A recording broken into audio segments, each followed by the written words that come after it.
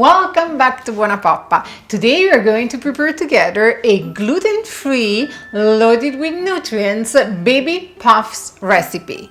We're going to prepare together spinach, pear, oats, baby puffs. I don't know how many baby puffs I prepared for my two kids when they were little.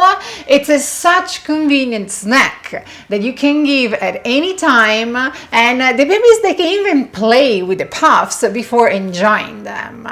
It's a lovely snack also that you can take with you on the go when you're eating outside, and most of all, they are very simple to prepare at home because you can control the ingredients that you're going to add and also personalize them, make them small or big following your baby's taste. This recipe is gluten-free, has eggs inside, and is recommended for babies starting from the very beginning, from 6 months of age. I simply placed half a cup of rolled oats in my blender and I blended them, reducing them up until flour consistency. That's so easy. Using the same blender, we're going to add all the other ingredients. So we're starting from the baby spinach, fresh organic ones, the pear, and I left the peel, the banana, and the more brown dots the banana peel has, the sweeter the banana will be. The oats flour, the baking soda, the coconut oil, and the egg yolks. Now you simply blend all the ingredients for 2-3 minutes. You want to obtain a nice and smooth cream. The tricky part about this recipe is the baking phase. Basically, we're not cooking the puffs, but we are dehydrating them. And the more dehydrated they will be, the crispier will be, so it means that they will be easier to melt in your baby's mouth.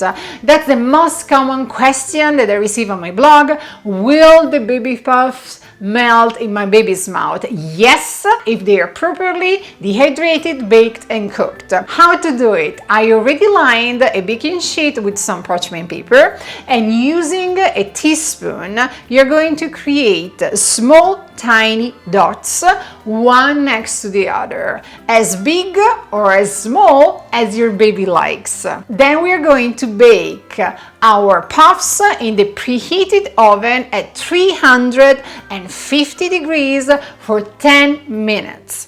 We're going to reduce the temperature to 250 degrees and we're going to keep baking, dehydrating for 30 minutes up until our puffs will be nice and crisp. Let the puffs cool down and then simply with your fingers remove them from the parchment paper. I like to store the baby puffs in an airtight container covered in the fridge for up to 1 week. As we have eggs inside, 1 week is fine, but I'm sure your baby will enjoy and finish them sooner. I really hope you like this recipe and I hope your little one will enjoy the baby puffs. If you're looking for a similar baby puffs recipe, simply check the links in the area here below, and it is also where you can leave me comments. And most important thing, remember to subscribe to BuonaPappa. Every single week you will receive a new recipe from me. See you next week. Ciao, ciao, ciao.